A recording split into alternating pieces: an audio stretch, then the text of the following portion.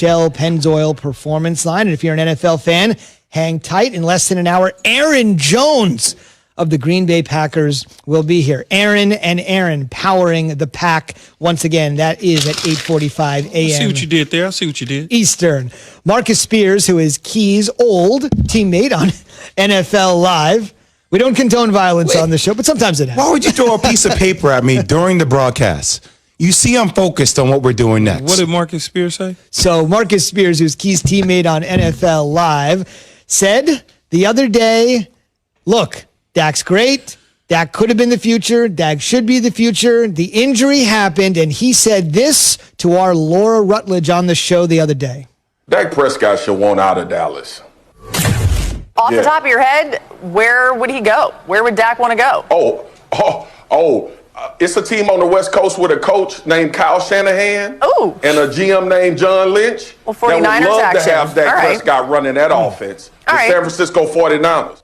What do you think about that? I mean, Marcus has a great point in terms of the fit, the team, and John Lynch and Kyle Shanahan have certainly shown the football world that they don't have a problem spending money on a quarterback that is unproven. So imagine a proven quarterback, the money that they would spend on him. The problem is, how you going to get him from Dallas? Where are you getting, how you going to grab him, though, Jay? He can't walk away just in free agency. They're not going to let him walk out of the door. So, you best believe Jerry Jones is not losing Dak Prescott. So I understand where Marcus is going with it. As I said to him yesterday on NFL Live, I get it. It's cool to talk about, but it's not going to happen. I mean, it's not going to happen, but it'd be a good fit. Certainly would be a good fit. It feels like we were all having drinks with Swagoo, and that's when you kind of start doing all these plausible scenarios like, hey, how about if he were in San Francisco, or how about if he were here?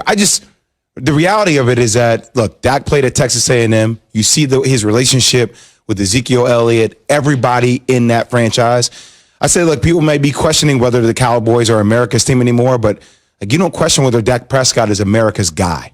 He's America's guy, and he brings that kind of personality and that persona to the Dallas Cowboys. Well, the one thing that in all of this I want to make sure that we don't get lost is what Marcus was saying is Dak should want to leave, not be around a organization that's, I don't want to call it dysfunctional, because Jerry and Steve and them I don't think are dysfunctional, but they certainly haven't displayed that they are putting the resources behind the talent that they've assembled. Now, the talent has been somewhat depleted, especially the offensive line.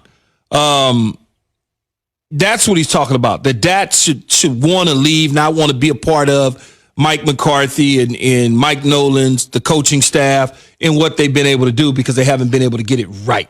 That's what he's talking about.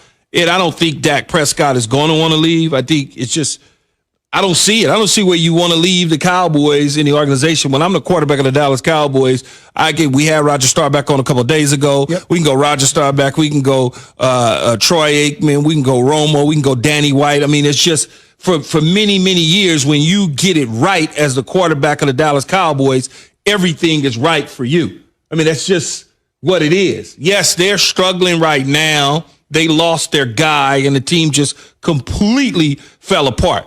If anybody needs to go, it needs to be the head coach and his staff.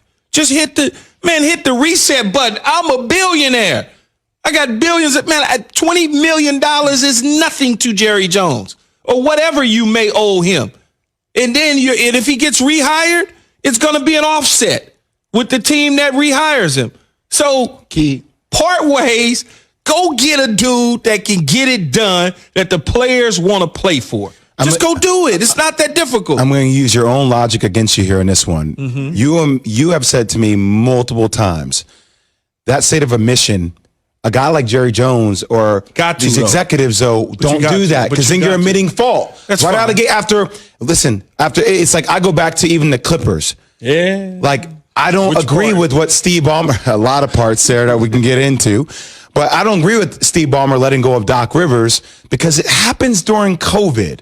It seems like you should have given another year for a guy like Doc Rivers. And it almost was the same way for Mike McCarthy. Granted, there's a lot of things that are happening that are wrong, but look at what you're dealing with this year. With all the uncertainty, everything that's kind of panned out, you got to give him another year to see if it continues to be this way, and then you fire him. You just don't do it this year. You do understand, Jason Williams, that there's 31 other teams dealing with the same situation. I could point to them if you want me to start to point to some of those teams. Whether it's the New England Patriots, same situation. They got COVID.